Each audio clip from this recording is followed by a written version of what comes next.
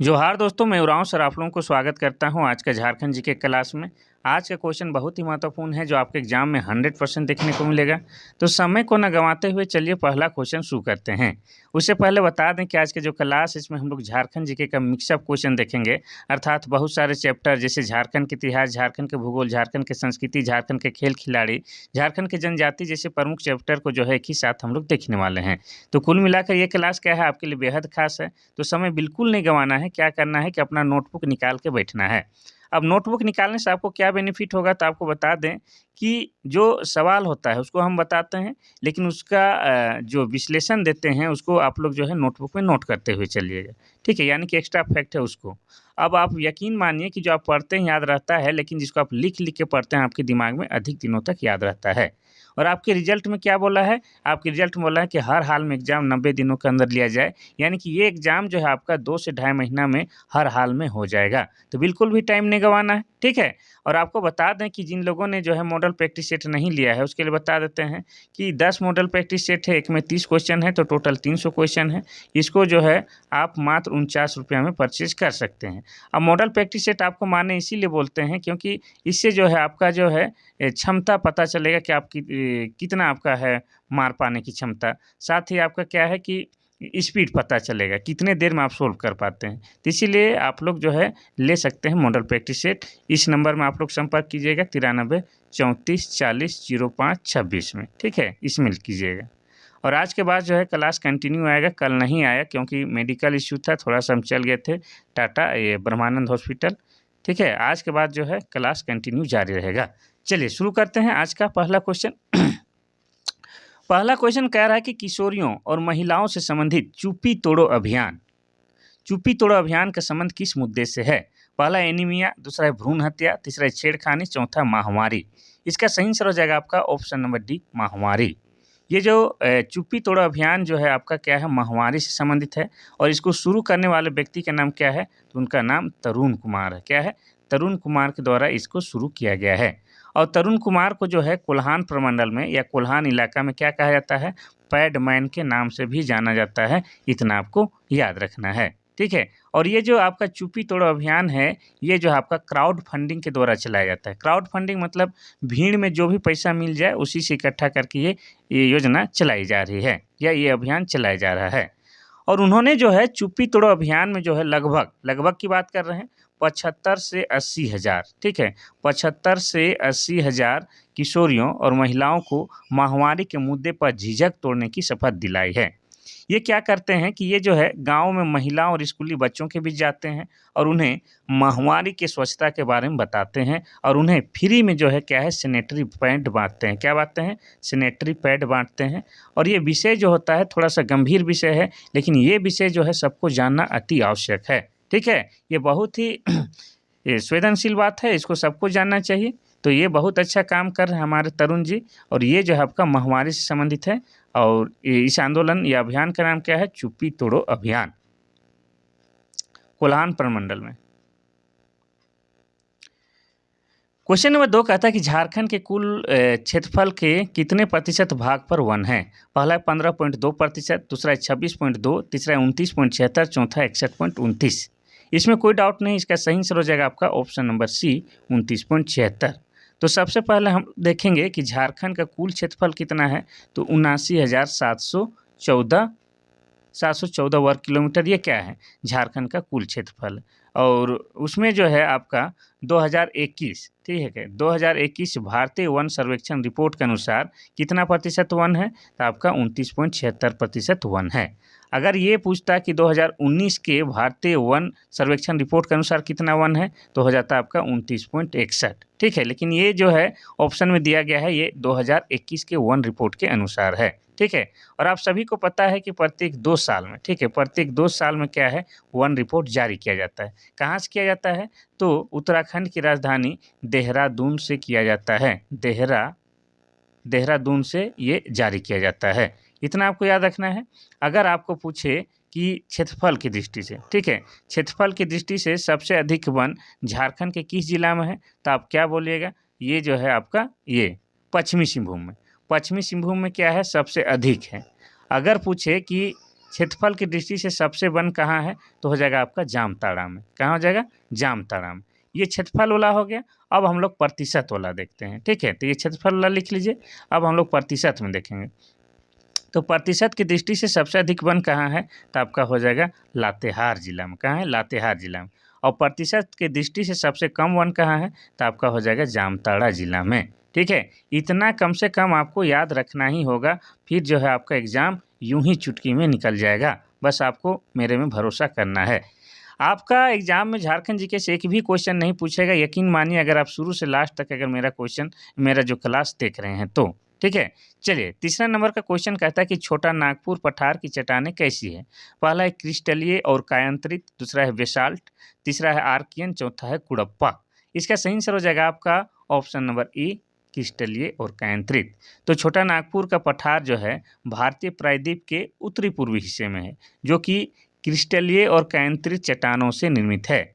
इस पठार की उत्पत्ति जो हुआ है आपका इयोसीन युग में हुआ है, ठीक है। इस पठार की उत्पत्ति इयोसीन युग में हुआ है, इतना आपको याद रखना है। और यह अत्यंत कठोर पायरारोक्सिन और ग्रेनाइट और नीस से निर्मित है।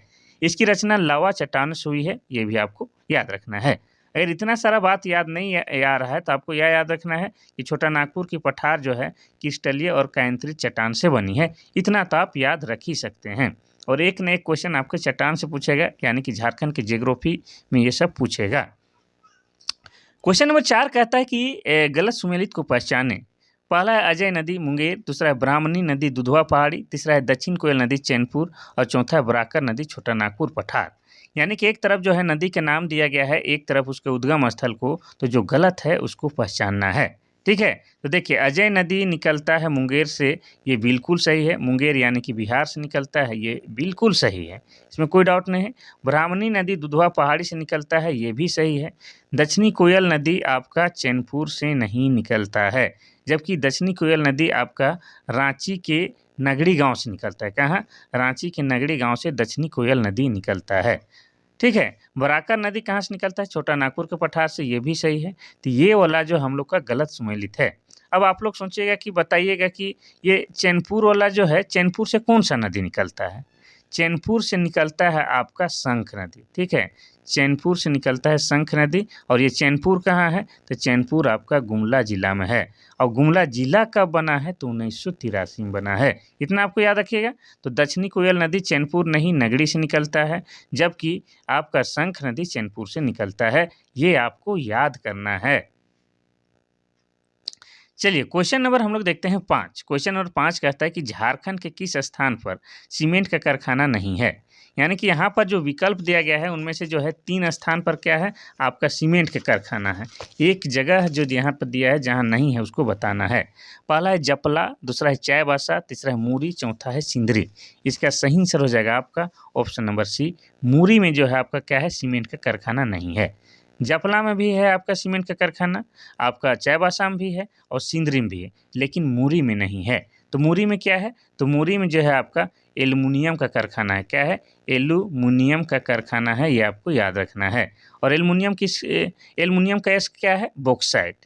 तो ये जो है मूरी में एल्युमिनियम का कारखाना है, और यह कारखाना जो है आपका 1938 में बनाया गया है, ठीक है। और किस जिला के अंतर्गत आता है, तो यह आपका रांची जिला के अंतर्गत आता है, इतना आपको याद रखना है। तो मूरी में क्या है, आपका एल्युमिनियम का कारखाना है। कब बनाया गया है, 1938 में। किस जिला के अंतर्गत आएगा, तो रांची जिला के अंतर्गत, इतना आपको याद रखना है। चलिए आगे बढ़ते हैं हम लोग क्वेश्चन नंबर 6 की ओर।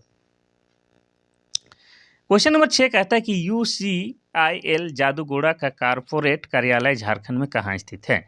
ये क्वेश्चन का आपको समझ में नहीं आया तो बस इतना याद रखना है कि जादूगोड़ा कहाँ है, ठीक है। इतना तो आप समझ सकते हैं ना। तो ये है, पहला है ऑप्शन रांची, दूसरा है दुमका, तीसरा है पूर्वी सिंहभूम, चौथा है साहेबगंज। तो इसका सही आंसर हो जाएगा क्या, आपका ऑप्शन नंबर सी, पूर्वी सिंहभूम। पूर्वी सिंहभूम जिला जो है आपका 1990 में बना है। और पूर्वी सिंहभूम जिला में आपका क्या है, तो जादूगोड़ा है, ठीक है, जादूगोड़ा। और जादूगोड़ा किसके लिए फेमस है, तो जादूगोड़ा जो है आपका यूरेनियम के लिए प्रसिद्ध है, या यूरेनियम के खान के लिए प्रसिद्ध है, इतना आपको याद रखना है, ठीक है। इसमें बस इतना आपको याद रखिएगा तो काम चल जाएगा। चलिए आगे बढ़ते हैं हम लोग क्वेश्चन नंबर 7 की ओर।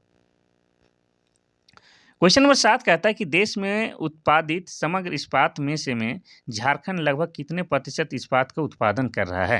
यहाँ पर सिर्फ इस्पात का बात हुआ है, ध्यान से देखिएगा, ठीक है। पहला है 40%, दूसरा है 15%, तीसरा है आपका 26%, चौथा है 35%। तो इसका सही आंसर हो जाएगा आपका ऑप्शन नंबर सी, 26% इस्पात का उत्पादन झारखंड करता है पूरे भारत देश में।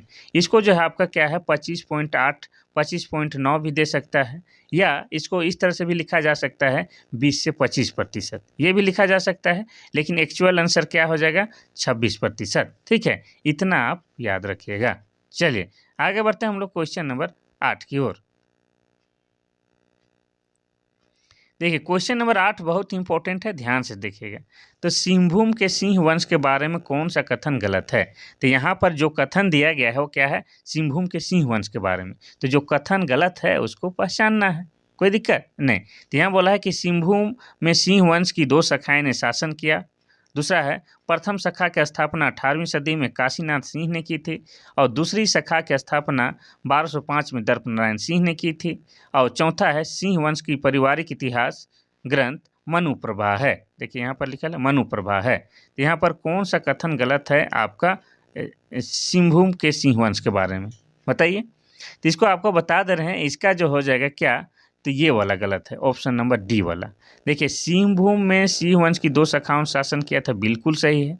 एक शाखा का नाम क्या था, तो एक शाखा का नाम ने, पहला शासक का नाम क्या था, तो काशीनाथ सिंह, और दूसरे शासक का नाम क्या था, तो दर्प नारायण सिंह। पहला वाला के कौन थे, पहला वाला शाखा का स्थापना किया था आपके काशीनाथ सिंह, और दूसरी वाला का दर्प नारायण सिंह, बिल्कुल सही है। लेकिन सिंह वंश की जो है पारिवारिक इतिहास ग्रंथ मनु प्रभा में नहीं मिलता है, ठीक है। मनु प्रभा में नहीं मिलता है, तो कहाँ मिलता है, तो मिलता है आपका वंश प्रभा में, ठीक है। वंश प्रभा में पारिवारिक इतिहास की जानकारी मिलता है। तो मनु प्रभा को हटा देना है, क्या करना है, वंश प्रभा कर लेना है, ठीक है, कोई दिक्कत नहीं।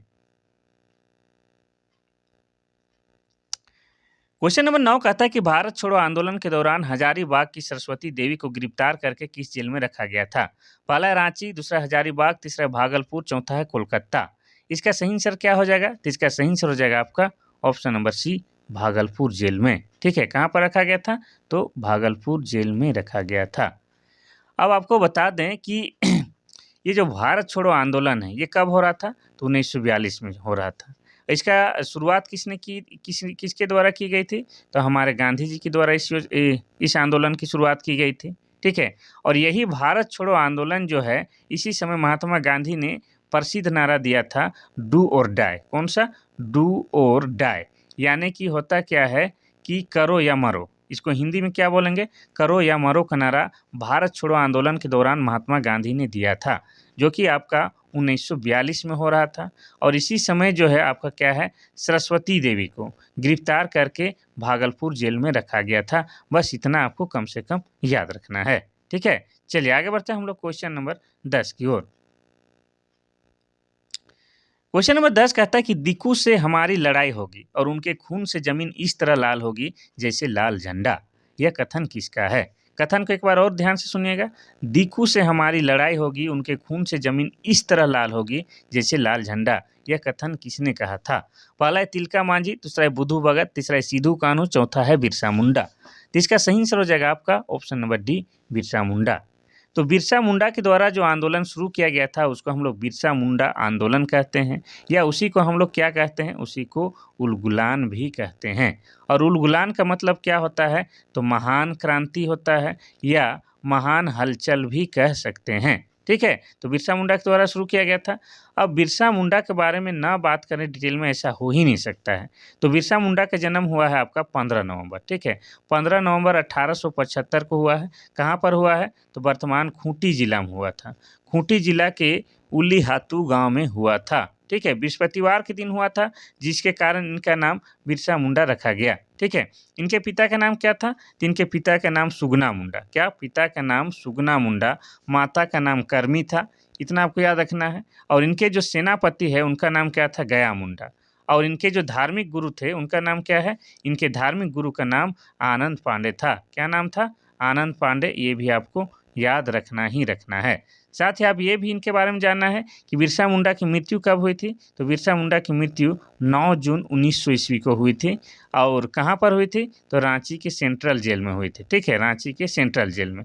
और मृत्यु का कारण क्या बताया गया था? तो मृत्यु के कारण सरकारी दस्तावेज के अनुसार हैजा बताया गया था। लेकिन सच्चाई क्या है कि अंग्रेजों के द्वारा प्रताड़ित किए जाने के कारण इनकी मृत्यु हो गई थी।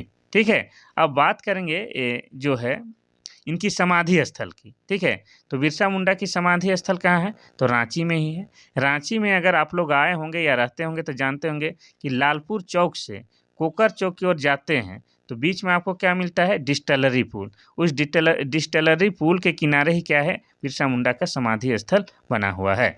अब बिरसा मुंडा के बारे में और क्या क्वेश्चन पूछ सकता है? तो पूछेगा कि बिरसा मुंडा को आदिवासियों के द्वारा किस नाम से पुकारा जाता था? तो धरती आबा। ठीक है, धरती आबा के नाम से पुकारा जाता था। और धरती आबा मतलब क्या होता है? जगत पिता होता है, मतलब पूरे विश्व का पिता होता है। ये भी आपको याद रखना है। ठीक है, साथ ही बिरसा मुंडा के बारे में आपको क्या जानना है? तो बिरसा मुंडा के बारे में यह जानना है कि इनके ऊपर जो है अंग्रेजों के द्वारा जो है 500 रुपये का इनाम रखा गया था। इतना आपको बिरसा मुंडा के बारे में याद रखना है। ठीक है, चलिए बिरसा मुंडा हो गया। तिलका मांझी का संबंध किससे है? तो तिलका मांझी आंदोलन से है, जिसका जो है चरम उत्कर्ष कब कब से कब तक था?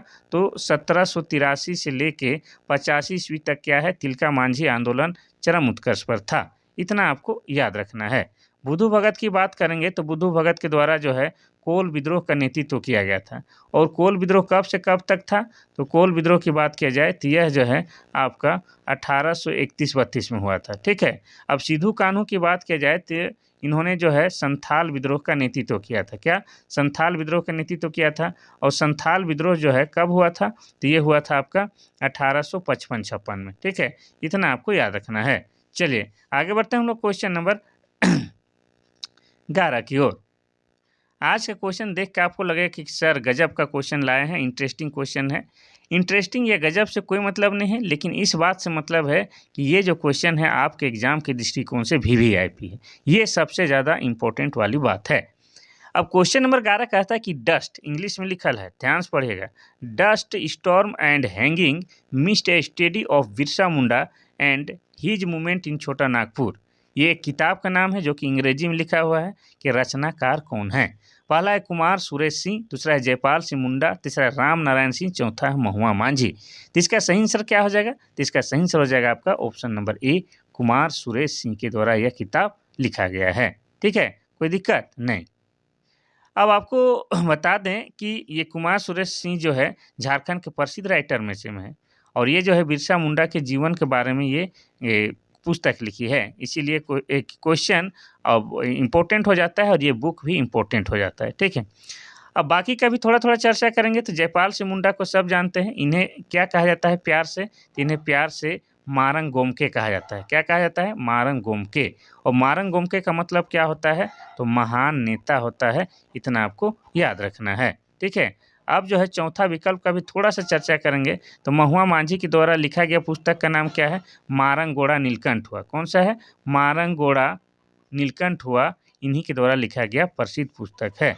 ठीक है, चलिए आगे बढ़ते हैं हम लोग क्वेश्चन नंबर 12 की ओर। क्वेश्चन नंबर 12 कहता है कि झारखंड के किस जिले में भद्रकाली मंदिर है? पहला है रांची, दूसरा है रामगढ़, तीसरा है चतरा, चौथा है गिरिडीह। तो इसका सही आंसर क्या हो जाएगा? तो इसका सही आंसर हो जाएगा आपका ऑप्शन नंबर सी, चतरा जिले में। ठीक है, कहाँ पर है? तो चतरा जिले में है, ये आपको याद रखना है। और चतरा में भी कहाँ? तो चतरा की इटखोरी में है। ठीक है, चतरा की इटखोरी में आपका क्या है? माँ भद्रकाली का मंदिर है। इतना आपको याद रखना है। और इस मंदिर में माँ भद्रकाली की प्रतिमा कमल आसन पर वरदायिनी मुद्रा में खड़ी है। और बौद्ध धर्म के लोग इस प्रतिमा को तारा देवी की प्रतिमा मानते हैं। ठीक है, अब आपको ये भी जानना जरूरी है कि इस मंदिर का निर्माण किसने करवाया था? इस मंदिर का निर्माण महेंद्र पाल द्वितीय ने करवाया था। किसने? तो महेंद्र पाल द्वितीय ने करवाया था इस मंदिर का निर्माण। ठीक है, ये चतरा के इटखोरी में है। इतना आपको याद रखना है। अब चतरा के बारे में थोड़ा सा हम लोग बात करेंगे। तो चतरा जो है क्या है? चतरा जिला बना है 1991 में। इतना आपको याद रखना है। और चतरा को क्या कहा जाता है? तो कहा जाता है छोटा नागपुर का प्रवेश द्वार। क्या कहा जाता है? तो छोटा नागपुर का प्रवेश द्वार कहा जाता है।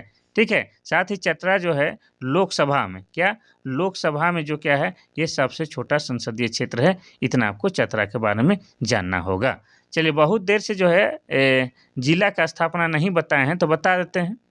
रांची मेरी जान झारखंड की राजधानी है, यह 1899 में जिला बना है। रामगढ़ जो है क्षेत्रफल की दृष्टि से सबसे छोटा जिला है, यह 2007 में जिला बना है। गिरिडीह की बात करेंगे तो यहाँ पर जो है पारसनाथ, जो कि झारखंड की सबसे ऊंची पर्वत श्रृंखला है, और ये जिला बना है 1972 में। कोई दिक्कत नहीं। चलिए आगे बढ़ते हैं हम लोग क्वेश्चन नंबर 13 की ओर। क्वेश्चन नंबर 13 कहता है कि कौन सही सुमेलित नहीं है, यानी कि 3 को जो है बिल्कुल सही है, एक गलत सुमेलित है, उसको पहचानना है। पहला है रंकनी देवी मंदिर पश्चिमी सिंहभूम में है। दूसरा है झारखंड धाम गिरिडीह जिला में है। तीसरा है बेनी सागर का शिव मंदिर पश्चिमी सिंहभूम में है। चौथा सोमेश्वर नाथ मंदिर सराइया हाट दुमका में है। यहाँ पर सब सही लग रहा है, लेकिन एक तो गलती है, जो गलती है उसको पहचानना है। तो आपका यही वाला हो जाएगा ऑप्शन नंबर ए, ये वाला गलती है। रंकनी रंकनी देवी मंदिर जो है आपका पश्चिमी सिंहभूम में नहीं है। ठीक है, कहाँ कहाँ पर है? अगर पश्चिमी सिंहभूम में नहीं है तो ये आपका पश्चिमी सिंहभूम के जगह में क्या हो जाएगा, पूर्वी सिंहभूम में है। कहाँ? पूर्वी सिंहभूम जिला में है। और पूर्वी सिंहभूम जिला में भी कहाँ, तो घाटशिला में है। ठीक है, कहाँ पर है, तो घाटशिला में है। इतना आपको याद रखना है। ठीक है, चलिए। और यह जो है ढाल राजाओं की क्या है, कुल देवी है। कौन? रंकनी देवी मंदिर। अब पूर्वी सिंहभूम जिले की बात आया है और पश्चिमी सिंहभूम जिले की बात आया है, तो दोनों क्या है 1990 में जिला बने हैं। ठीक है, चलिए। तो ये वाला जो है आपका पहला वाला गलत सुमेलित है। झारखंड धाम गिरिडीह जिला में है, बिल्कुल सही है। बेनी सागर शिव मंदिर पश्चिमी सिंहभूम में, ये भी सही है। सोमेश्वर नाथ मंदिर सराइया हाट दुमका में है, ये भी सही है।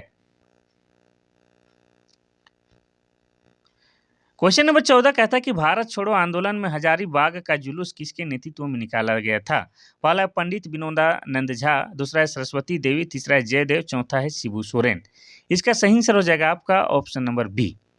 ठीक है, 1942 की बात हो रहा है। भारत छोड़ो आंदोलन हम बता चुके हैं 1942 में शुरू किया गया था, महात्मा गांधी के द्वारा शुरू किया गया था। ठीक है, और इसी भारत छोड़ो आंदोलन के दौरान ही महात्मा गांधी ने करो या मरो का नारा दिया था।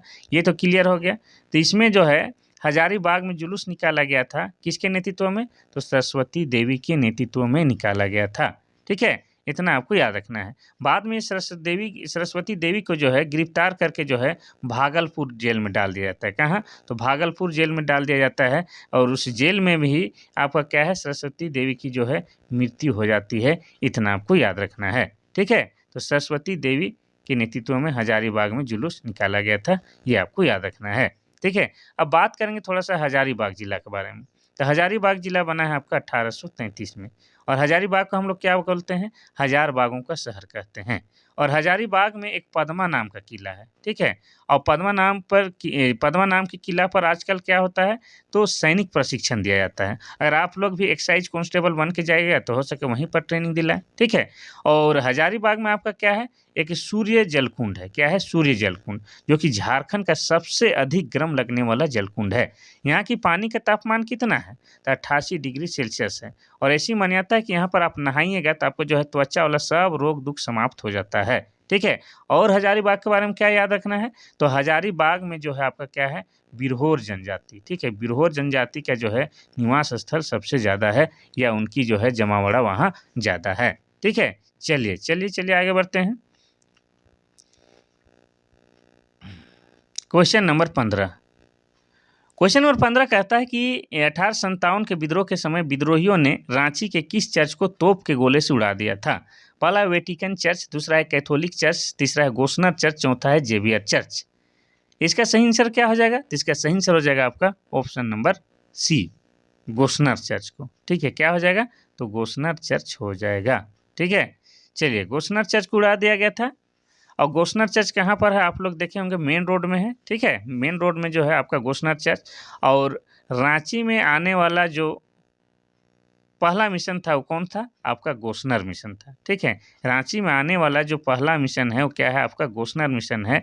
और रांची में सबसे पहले ईसाई मिशनरियों का आगमन कब हुआ था? तो आपका 2 नवंबर। ठीक है, 2 नवंबर 1845 ईस्वी को जो है सबसे पहले क्या है आपका झारखंड रांची में 4 धर्म प्रचारकों ईसाइयों का आगमन हुआ था। ये भी आपको याद रखना है। और झारखंड में आने वाले सबसे पहले ईसाई का नाम क्या है? गोसनर ईसाई। ठीक है, इतना आपको याद रखना है। तो 1857 के विद्रोह के समय गोसनर चर्च को तोप के गोले से उड़ा दिया गया था। उसका निशान आज भी था, बोला जा रहा था, लेकिन शायद हमको लगता है मरम्मत कर दिया गया है। क्या है कि चर्च तो आज भी मौजूद है ना। अब थोड़ा-सा हम लोग बात करेंगे 1857 के विद्रोह के बारे में। 1857 के विद्रोह का जो है सबसे पहले शुरुआत झारखंड में कहाँ हुआ था? तो रोहिणी गाँव में हुआ था। अब ये रोहिणी गाँव कहाँ है? तो रोहिणी गाँव आपका देवघर जिला में है, ठीक है? और देवघर जिला बना है 1983 में। ये क्लियर हो गया? रोहिणी गाँव में सबसे पहले झारखंड में इसकी शुरुआत हुई थी। कब हुई थी? तो वो भी बताते हैं 12 जून। 12 जून 1857 को रोहिणी गाँव में झारखंड में सबसे पहले 1857 का विद्रोह भड़का था। चलिए आगे बढ़ते हैं हम लोग क्वेश्चन नंबर 16 की ओर। क्वेश्चन नंबर 16 कहता है कि देवघर के क्रांतिकारी नेता नहीं थे। यहाँ पर जो है 3 व्यक्ति क्या है? देवघर के क्रांतिकारी हैं। एक नहीं है, उन्हीं को पहचानना है। पहला है सुकुमार मित्र, दूसरा है एम.एन. बोस, तीसरा है बी.बी. मित्र, चौथा है प्रभु दयाल हिम्मत सिंह। इसका सही आंसर क्या हो जाएगा? तो इसका सही आंसर हो जाएगा आपका ऑप्शन नंबर डी। प्रभु दयाल हिम्मत सिंह जो है क्या है? आपके देवघर के नहीं थे। ये तीनों के तीनों का संबंध क्या है? देवघर से है। देवघर के क्रांतिकारी हैं, क्रांतिकारी नेता हैं, ये आपको याद रखना है। लेकिन ये जो है आपका नहीं है। कौन? प्रभु दयाल हिम्मत सिंह। अच्छा, प्रभु दयाल हिम्मत सिंह का संबंध किससे है या कहाँ से है? तो इनका संबंध जो है आपका दुमका जिला से। कहाँ है? दुमका जिला से है। इतना आपको याद रखना है, ठीक है। और इनका नाम कब सुनने को मिलता है? तो वही रोडा आर्म्स केस में इनका नाम शामिल था, ठीक है। किसका? प्रभु दयाल हिम्मत सिंह का। चलिए आगे बढ़ते हैं। अच्छा, देवघर का जिक्र है, जिला बताते हैं। ये बना है 1983 में देवघर। क्वेश्चन नंबर 17 कहता है कि निम्न में से कौन सा विकल्प सही सुमेलित नहीं है? देखिए आजकल जो है क्वेश्चन हम थोड़ा सा टफ ला रहे हैं आप लोग को, थोड़ा एक्सरसाइज भी तो कराना है। अब इसमें आप लोग बता के दिखाइए। इसका जो सही उत्तर दे दीजिएगा उसको मेरे तरफ से 5 रुपया की इनाम। पहला है हो काजी, मतलब एक तरफ किताब का नाम है और एक तरफ राइटर का नाम है। हो काजी भीमराव सोलंकी, दूसरा है हो दूर फादर हाफमैन, तीसरा है खड़िया ओलोंग डब्ल्यू.जी. आर्चर, चौथा introduction to Kharia language G C. Banerjee. तो यहाँ पर जो है कौन गलत सुमेलित है, यानी कि सही सुमेलित नहीं है, इसको पहचानना है। तो इसका सही आंसर हो जाएगा आपका ऑप्शन नंबर बी। होदूर को फादर हाफमैन ने नहीं लिखा है। होदूर को लिखने वाले व्यक्ति का नाम क्या है? तो इसका नाम है डब्ल्यू.जी. आर्चर। डब्ल्यू.जी. आर्चर के द्वारा लिखा गया है, ठीक है। फादर हाफमैन के द्वारा नहीं लिखा गया है, बल्कि डब्ल्यू.जी. आर्चर के द्वारा लिखा गया है। और होदूर क्या है? तो आपको बता दें, होदूर जो है हो भाषा का, ठीक है, हो भाषा का लोकगीतों का संकलन है होदूर। ये भी आपको याद रखना है। अभी जो फादर हाफमैन है, इसके बारे में आपको क्या याद आ रहा है? तो फादर हाफमैन जो है आपका क्या है? CNT act. CNT एक्ट का ब्लू प्रिंट तैयार करने वाला व्यक्ति कौन है? तो फादर हाफमैन ही हैं। चलिए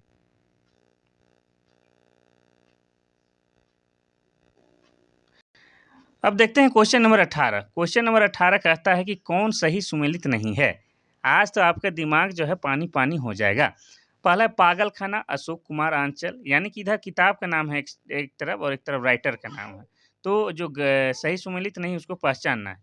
पागल खाना अशोक कुमार आंचल, मुल्क और मजहब बाल मुकुंद, एक टुकड़ा सच सखाराम गणेश तिवास्कर, लेमन चूस कृष्णराज गुप्त। यानी कि कौन यहाँ पर गलत है, पहचानिए। तो इसका सही आंसर हो जाएगा आपका क्या? Option number C. एक टुकड़ा सच जो है सखाराम गणेश तिवास्कर के द्वारा नहीं लिखा गया है, बल्कि इसको लिखने वाला व्यक्ति का नाम क्या है? श्रवण कुमार। क्या नाम है? श्रवण कुमार गोस्वामी, ठीक है। श्रवण कुमार गोस्वामी के द्वारा लिखा गया रचना या किताब का नाम क्या है? एक टुकड़ा सच, ठीक है। और बाकी सब सही है। पागल खाना अशोक कुमार आंचल के द्वारा लिखा गया है, मुल्क और मजहब बाल मुकुंद के द्वारा लिखा गया है, और लेमन चूस कृष्णराज गुप्ता के द्वारा लिखा गया है। लेकिन एक टुकड़ा सच जो है आपका श्रवण कुमार गोस्वामी के द्वारा लिखा गया है, ठीक है, जो कि भारत बनाम इंडिया नामक उपन्यास से लिया गया है या उस पाठ में है। क्वेश्चन नंबर 19 कहता है कि शुभ लक्ष्मी के संबंध किस खेल से है? पहला है क्रिकेट, दूसरा है हॉकी, तीसरा है तीरंदाज, चौथा है शतरंज। इसका सही आंसर क्या हो जाएगा? तो इसका सही आंसर हो जाएगा, कोई डाउट नहीं है, इसका सही आंसर हो जाएगा ऑप्शन नंबर ए, क्रिकेट। शुभ लक्ष्मी जो है क्रिकेट खेलती है और ये झारखंड की है, इसीलिए ये महत्वपूर्ण है। ठीक है, और आपको बता दें ये झारखंड की कहाँ, तो झारखंड की हजारीबाग से इनका संबंध है। किनका?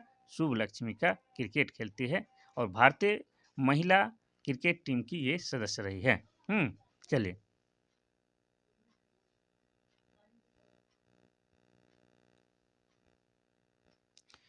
क्वेश्चन नंबर 20 कहता है कि गलत सुमेलित को पहचानें। पहला है सिलवानुस टुंगडुंग हॉकी खेलते हैं, दूसरा है इंद्रानी राय क्रिकेट, तीसरा है प्रेमलता अग्रवाल पर्वतारोहण, चौथा अरुणा मिश्रा हॉकी। तो कौन सा गलत है भाई? तो देखिए, सिलवानुस टुंगडुंग हमारे प्रसिद्ध खिलाड़ी हैं, हॉकी खेलते हैं, ये बिल्कुल सही है। इंद्रानी राय क्रिकेट खेलती है, ये भी सही है। प्रेमलता अग्रवाल पर्वतारोहण है, ये भी सही है। अरुणा मिश्रा के द्वारा हॉकी नहीं खिलाया जाता है, बल्कि अरुणा मिश्रा क्या है? आपके मुक्केबाज हैं। क्या है? अरुणा मिश्रा एक मुक्केबाज है, ये आपको याद रखना है। और बाकी सब के सब सही सुमेलित है। इस प्रकार के क्वेश्चन आपका आएंगे, इसीलिए हम उसी फॉर्म में लेकर आए हैं, ताकि आपका जो है दिमाग का एक्सरसाइज हो जाए। क्वेश्चन नंबर 21 कहता है कि झारखंड का लोकप्रिय वाद्य यंत्र है। पहला है संतूर, दूसरा है नगाड़ा, तीसरा है टमक, चौथा है बी और सी दोनों। तो इसका सही आंसर क्या हो जाएगा आपका? ऑप्शन नंबर डी, बी और सी दोनों। ठीक है, तो नगाड़ा और टमक क्या है? झारखंड के लोकप्रिय वाद्य यंत्र है, लेकिन संतूर जो है झारखंड का लोकप्रिय वाद्य यंत्र नहीं है। अब वाद्य यंत्र से क्या क्या क्वेश्चन पूछा जा सकता है वो भी आपको बता दें। तो आपको पूछेगा कि मुंह से फूंक कर बजाए जाने वाले वाद्य यंत्र को क्या बोलते हैं? तो उसको हम लोग बोलते हैं सुशीर वाद्य यंत्र। क्या बोलते हैं? सुशीर वाद्य यंत्र, मुंह के द्वारा फूंक के बजाए जाने वाले वाद्य यंत्र को कहा जाता है। ठीक है, और जिसको तार के माध्यम से, ठीक है, तार के माध्यम से जो है कंपन करके आवाज निकाला जाता है, उस वाद्य यंत्र को क्या बोलते हैं? तो उसको हम लोग बोलते हैं तंतु वाद्य यंत्र। क्या बोलते हैं? तंतु वाद्य यंत्र बोलते हैं। ठीक है, तो सुशीर वाद्य यंत्र में आपका मुरली, बांसुरी, शहनाई आ जाएगा, ये सब सारा चीज आ जाएगा। और तंतु वाद्य यंत्र में आपका गिटार, सितार, ये केंद्री, ये सब आपका तंतु वाद्य यंत्र के अंतर्गत आ जाएगा। ठीक है, चलिए, क्वेश्चन नंबर 22 कहता है कि ढोकलो, यहाँ पर ढोकला नहीं होगा भाई, यहाँ ढोकलो कर लीजिएगा। ढोकलो सोहर प्रशासनिक व्यवस्था के संबंध किस आदिवासी या किस जनजाति से है? पहला बिरहोर, दूसरा उरांव, तीसरा हो, चौथा है खड़िया। इसका सही आंसर हो जाएगा आपका ऑप्शन नंबर डी, खड़िया जनजाति से। ठीक है, खड़िया जनजाति के शासन व्यवस्था को क्या कहा जाता है? ढोकलो सोहर शासन व्यवस्था कहा जाता है, इतना आपको याद रखना है। ठीक है, और खड़िया क्या है? झारखंड की एक जनजाति है। और झारखंड में ईसाईकरण, ठीक है, झारखंड में ईसाईकरण सबसे ज़्यादा किस जनजाति का हुआ है? तो खड़िया जनजाति का हुआ है, ये भी आपको याद रखना है। ठीक है, चलिए, तो बाकी का भी देख लेते हैं। बिरहोर क्या है? झारखंड में जो 8 आदिम जनजाति पाई जाती है, उन्हीं में से में का आपका क्या है? बिरहोर जनजाति है। ठीक है, और बिरहोर जनजाति का सबसे अधिक ये निवास स्थल कहाँ पर है? तो हजारीबाग जिला में। कहाँ है? हजारीबाग जिला में है। और बिरहोर के बारे में आपको बता दें तो बिरहोर का शाब्दिक अर्थ क्या होता है? जंगल का आदमी होता है। क्या होता है? जंगल का आदमी होता है, ये भी आपको याद रखना है। ठीक है, और बिरहोर जनजाति के द्वारा जो है क्या है? आपका कोहबर चित्रकारी की जाती है। कौन सी?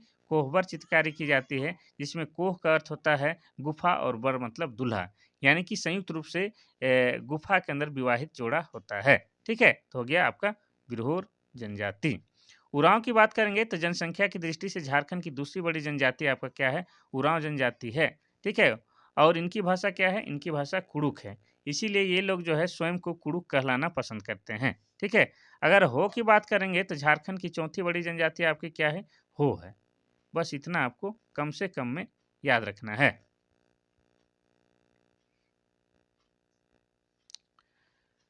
क्वेश्चन नंबर 23 कहता है कि सरहुल पर्व को खड़िया जनजाति में किस नाम से जाना जाता है? पहला है खद्दी, दूसरा है बा परब, तीसरा है जकारे सोहराय, चौथा इनमें से कोई नहीं। तो इसका सही आंसर क्या हो जाएगा? तो इसका सही आंसर हो जाएगा आपका ऑप्शन नंबर सी, जकारे सोहराय हो जाएगा।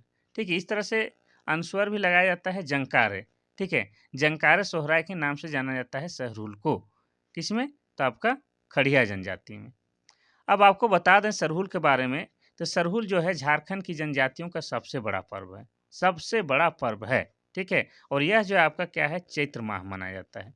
चैत्र माह के शुक्ल पक्ष के तृतीय में मनाया जाता है। और इसमें जो है आपका क्या है, साल वृक्ष की पूजा की जाती है। और साल वही साल जिसको हम लोग सखुआ भी कहते हैं, जो कि झारखंड का क्या है, राजकीय वृक्ष भी है। इतना आपको याद रखना है। और साथ में आपको ये बता दें कि ये जो सरहुल पर्व है, इसको झारखंड की जनजाति तो बनाती है, लेकिन आपको बता दें कि जनजाति लोग जो है इसको अलग-अलग जनजाति अलग-अलग नाम से भी पुकारती है। जैसे उरांव जनजाति के लोग, ठीक है? उरांव जनजाति के लोग सरहुल को क्या बोलते हैं? खद्दी कहते हैं। ख, अदा, द, दामिदीर्घ दी। खद्दी के नाम से जानते हैं। और मुंडा जनजाति के लोग सरहुल को बा परब कहता है। खड़िया जनजाति के लोग सरहुल को जकारे सोहराय कहता है। और संथाल जनजाति के लोग सरहुल को बहा पर्व बोलता है। तो इस तरह से जो है अनेक नामों से पुकारा जाता है, लेकिन मनाते सभी हैं, क्योंकि सरहुल जो है झारखंड के जनजातियों का सबसे बड़ा पर्व है। पर्व ही नहीं, महापर्व है। क्वेश्चन नंबर 24 कहता है कि झारखंड के तीसरे मुख्यमंत्री किसे नियुक्त किया गया था? पहला बाबूलाल मरांडी, दूसरा है अर्जुन मुंडा, तीसरा है शिबू सोरेन, चौथा है रघुवर दास। तो इसका सही आंसर हो जाएगा आपका ऑप्शन नंबर क्या?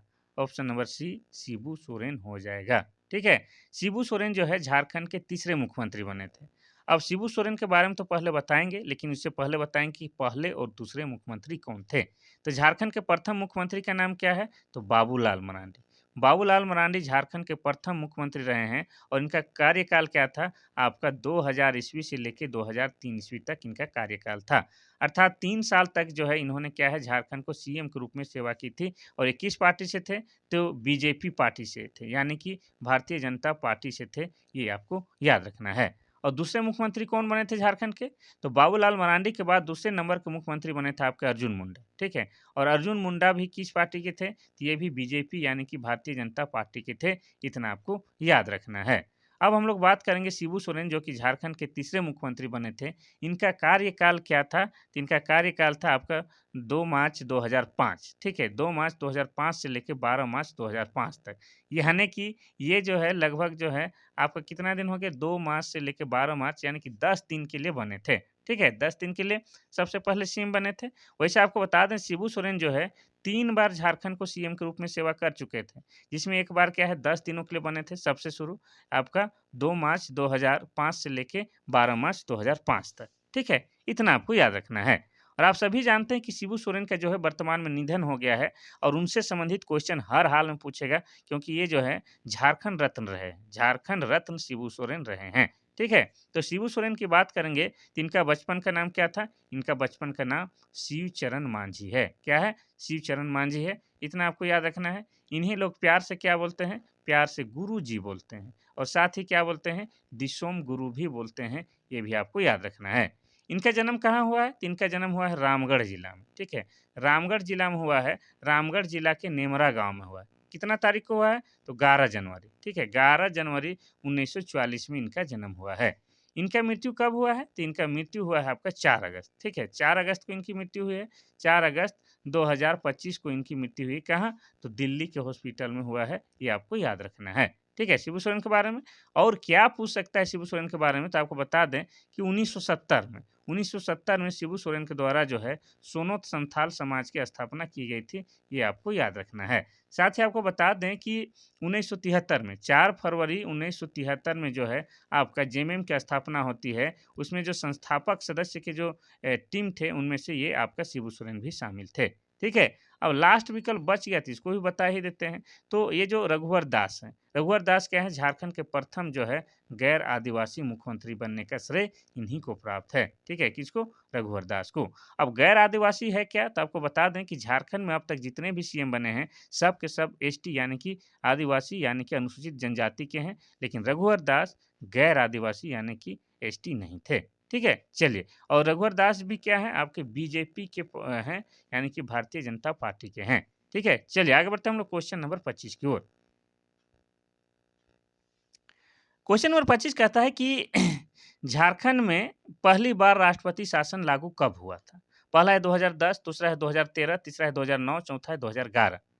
ये जो क्वेश्चन है आपका जो है बार-बार पूछा जाता है, तो आपको बता ही देते हैं कि पहली बार तो है झारखंड में राष्ट्रपति शासन 2009 में लागू हुआ था। ठीक है, कब से कब वो भी बता देते हैं, तो 19 जनवरी। 19 जनवरी 2009 से लागू हुआ था, सो था आपका 27 दिसंबर। ठीक है, 27 दिसंबर 2009 तक लागू था, यहाँ 9 लिखना है, ठीक है। तो पहली बार झारखंड में जो है 2009 में राष्ट्रपति शासन लागू हुआ था। तारीख लिख दिए हैं। वैसे आपको बता दें कि झारखंड में जो है अब तक 3 बार राष्ट्रपति शासन लागू हो चुका है। और किसी भी राज्य में राष्ट्रपति शासन जो है आपका अनुच्छेद अनुच्छेद 356 के तहत लगाया जाता है, ये भी आपको याद रखना है, ठीक है। तो पहली बार आपका लगा था 2009 में, और दूसरी बार कब लगा था? दूसरी बार आपका 2010 में लगा था, ठीक है। और तीसरी बार कब लगा था? तो तीसरी बार 2013 में लगा था। इस तरह से जो देखते हैं कि झारखंड में जो है 3 बार राष्ट्रपति शासन लागू हो चुका है। और पहली बार जो लागू हुआ था, आपको तारीख लिखा दिए हैं 2009 में, तो उस समय जो है यहाँ के राज्यपाल कौन थे? तो यहाँ के राज्यपाल थे डॉक्टर सैयद सप्तेरी जी। क्या है? डॉक्टर सैयद सिप्तेरी जी थे। इतना आपको याद रखना है, ठीक है। चलें आगे बढ़े हम लोग 26वां नंबर का क्वेश्चन की ओर। 26 नंबर का क्वेश्चन, काहे लाल हो गया भाई, गुस्सा में है का? चलिए देख लेते हैं। क्वेश्चन नंबर 26 कहता है कि झारखंड से बाहर मेडिकल और इंजीनियरिंग संस्थानों में अध्ययनरत अनुसूचित जनजाति के छात्र छात्राओं को आर्थिक मदद पहुंचाने के लिए कौन सी योजना शुरू की गई है? ठीक है, तो सवाल को एक बार फिर से पढ़ लीजिएगा और समझ लीजिएगा क्या कहना चाह रहा है। पहला है पुस्तक अधिकोष योजना, दूसरा है जयपाल सिंह मुंडा योजना, तीसरा है बिरसा मुंडा तकनीकी छात्रवृत्ति योजना, चौथा इनमें से कोई नहीं। तो इसका सही आंसर क्या हो जाएगा? तो इसका सही आंसर हो जाएगा आपका ऑप्शन नंबर सी, बिरसा मुंडा तकनीकी छात्रवृत्ति योजना।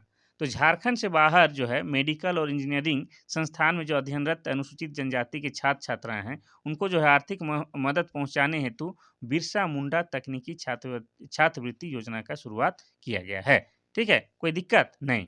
आगे बढ़ते हैं क्वेश्चन नंबर 27 की ओर। जल्दी जल्दी फटाफट करते हैं। क्वेश्चन नंबर 27 कहता है कि पत्रकार स्वास्थ्य बीमा योजना के बारे में सत्य कथन को पहचाने। ध्यान से देखिएगा, ये क्वेश्चन आपका आएगा। पत्रकार स्वास्थ्य बीमा योजना, एक ही फ्रेम में नहीं आ रहा, थोड़ा सा बढ़ा लेते हैं।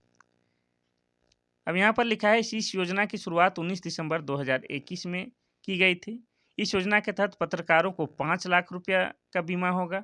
इस योजना के लाभ पत्रकार की पत्नी को 21 वर्ष तक के लिए अधिकतम 2 अविवाहित बच्चे तक मिलेगा। और चौथा, सभी के सभी कथन सत्य है। तो क्या हो जाएगा आपका? इसका हो जाएगा आपका ऑप्शन नंबर डी, सभी के सभी कथन सत्य है। तो पत्रकार बीमा योजना के तहत ये सब के सब कथन सत्य है। ये पत्रकार बीमा योजना 19 दिसंबर 2021 को शुरू किया गया था। इसके तहत जो है 5 लाख रुपया का इंश्योरेंस होगा। और आपको बता दें इस योजना का लाभ जो है पत्रकार की पत्नी को जो है 21 वर्ष तक के लिए अधिकतम 2 गो बच्चा लोग जो कि अविवाहित है तब तक मिलेगा, ये शर्त है। क्वेश्चन नंबर 28 कहता है कि आजीविका संवर्धन हुनर अभियान, जिसको शॉर्ट हम लोग क्या बोलते हैं, आशा, किस लक्ष्य को पूरा करने के लिए शुरू की गई है? पहला महिला सशक्तिकरण, दूसरा है पुरुष सशक्तिकरण, तीसरा है विधवा सशक्तिकरण, चौथा इनमें से कोई नहीं। तो इसका सही आंसर हो जाएगा आपका ऑप्शन नंबर ए, महिला सशक्तिकरण। आजीविका संवर्धन हुनर अभियान, जिसको शॉर्ट में हम लोग आशा कहते हैं, महिला सशक्तिकरण हेतु शुरू की गई है। आजीविका संवर्धन हुनर अभियान आशा, ठीक है, आपकी शुरुआत हड़िया दारू बेचने वाली महिलाओं को केंद्र में रखकर किया गया है, ताकि उनकी जो है स्थिति ठीक हो जाए और उसको जो है इस तरह के जो है फालतू काम ना करना पड़े। इसीलिए जो है आजीविका संवर्धन हुनर अभियान अर्थात आशा योजना शुरू किया गया है। तो किसके लिए है? महिलाओं के लिए। महिलाओं को क्या बनाना है? सशक्त बनाना है, ठीक है। क्वेश्चन नंबर 29 कहता है कि झारखंड के अधिकांश जनजातियों के बीच विवाह की कैसी व्यवस्था है? पहला गोत्र अंतर विवाह, दूसरा है गोत्र बहिर्विवाह, तीसरा है जनजातीय बहिर्विवाह, चौथा इनमें से कोई नहीं। तो इसको हम समझाएंगे, पहले उत्तर बता लेते हैं, ठीक है। ध्यान से सुनिएगा, इसका उत्तर हो जाएगा ऑप्शन नंबर बी, गोत्र बहिर्विवाह। तो देखिए समझिएगा, तो झारखंड में जो है 2011 के जनगणना के अनुसार जो है आपके क्या है 32 माननीय जनजाति है। देखिए अभी 33 हो गया, 34 हो गया, उसको ध्यान नहीं देना है। एक जन मैसेज किया था कि बोला सर अभी 33 हो गया, उसको ध्यान नहीं दीजिए। आपको टोटल के टोटल आंकड़ा 2011 के हिसाब से पूछा जाएगा और उसी के हिसाब से याद रखना है। बाद में इसको हम लोग देख लेंगे 33 हुआ कि 34 हुआ, ठीक है। तो 2011 के जनगणना के अनुसार झारखंड में जो है 32 जनजाति पाई जाती है। और इन जनजातियों का जो है बहुत सारा गोत्र होता है। जैसे उरांव का क्या क्या होता है, एक्का, टोपो, केरकेट्टा, लकड़ा, ये सब होता है ना। जैसे मींज, ये सब होता है, तो ये सब क्या है, गोत्र है। तो जितना भी जनजाति है उनका विवाह जो होता है गोत्र बहिर्विवाह मतलब गोत्र के बाहर होता है। जैसे मान लिया जाए कि हम एक्का हैं, तो एक्का लड़की से शादी हम नहीं कर सकते हैं क्योंकि दोनों क्या हो जाएँगे भाई-बहन हो जाएँगे। तो गोत्र के बाहर विवाह होता है। लकड़ा लकड़ा के साथ विवाह नहीं कर सकता है, टोपो टोपो के साथ विवाह नहीं कर सकता है, ठीक है? एक के गोत्र में विवाह नहीं करना है। इसका मतलब है कि दूसरा जात से करना है नहीं, एक ही जात में करना है जैसे उराँव, उराँव जात में करेगा, लेकिन उराँव का जो होता है अपना टाइटल होता है सेम टाइटल लड़का-लड़की का नहीं होना चाहिए, ये कहना चाह रहा है। तो गोत्र बहिर्विवाह होता है, ठीक है? चलिए, क्यों होता है? क्योंकि गोत्र सेम गोत्र को भाई-बहन माना जाता है, यानी कि एक ही कुल या एक ही वंश के दोनों हैं, ये माना जाता है। क्वेश्चन नंबर 30 कहता है कि मुंडा जनजाति की पूजा स्थल को क्या कहा जाता है? पहला है सरना, दूसरा शासन, तीसरा अखाड़ा, चौथा है बारी। इसका क्या हो जाएगा भाई? इसका हो जाएगा आपका ऑप्शन नंबर ए। पूजा स्थल को सरना कहा जाता है, इसमें क्या डाउट है? ठीक है। मुंडा जनजाति या उरांव जनजाति या संथाल जनजाति सभी के पूजा स्थल को क्या कहा जाता है? सरना ही कहा जाता है। लेकिन यहाँ पर मुंडा पूछा है तो मुंडा ही याद रखिए, ठीक है? और मुंडा जनजाति के समाधि स्थल को क्या कहा जाता है? ये पूछ देता तो क्या बोलते? तो समाधि स्थल को शासन कहा जाता है। क्या कहा जाता है? शासन कहा जाता है, ठीक है? शासन। और आपको पूछा जाए कि शासन में क्या होता है? तो शासन में मृतकों की पुण्य स्मृति में पत्थर के शिलाखंड रखे जाते हैं, ठीक है? और उस शिलाखंड जो होता है उसको क्या कहा जाता है? तो उसको कहा जाता है शासनदिरी कहा जाता है। क्या कहा जाता है उस पत्थर को? तो शासनदिरी कहा जाता है, ये भी आपको याद रखना है, ठीक है? और उसे क्या कहते हैं? उसे हड़गड़ी के नाम से भी नाम लिया जाता है। क्या कहा जाता है? हड़गड़ी कहा जाता है। तो ये है आपका तीसरा क्वेश्चन। तो मुंडा जनजाति के बारे में और एक लाइन बोलेंगे और समाप्त करेंगे, ठीक है? तो मुंडा जनजाति जो है झारखंड की तीसरी बड़ी जनजाति है। क्या है? झारखंड की तीसरी बड़ी जनजाति है और इनकी भाषा कौन-सी है? तो इनकी भाषा है मुंडारी और मुंडारी भाषा जो है आपका क्या है? ऑस्ट्रो एशियाटिक भाषा परिवार से आती है, ये आपको याद रखना है, ठीक है? तो ये जो है महत्वपूर्ण क्लास आप लोग के लिए था, जो कि हम काफ़ी शिद्दत से लाए हैं। तो आप लोग को क्या है कि क्लास देख के जाने से पहले एक लाइक करना बनता है। तो ज़रूर से ज़रूर लाइक कीजिएगा, साथ ही अपना जो है प्रतिक्रिया देने स्वरूप एक कमेंट भी कीजिएगा। कमेंट कीजिए और साथ में आपको बता चुके हैं कि जो आप लोग को जो है मॉडल प्रैक्टिस सेट लेना है तो 93 34 40 05 26 में आप लोग जो है मैसेज के माध्यम से व्हाट्सएप के माध्यम से संपर्क कीजिएगा। आपको मॉडल प्रैक्टिस सेट उपलब्ध करा दिया जाएगा। ठीक है? मात्र ₹49 में। ठीक है? चलिए, तो आज के लिए बस इतना सा ही। कल फिर मिलते हैं, तब तक के लिए थैंक यू, धन्यवाद।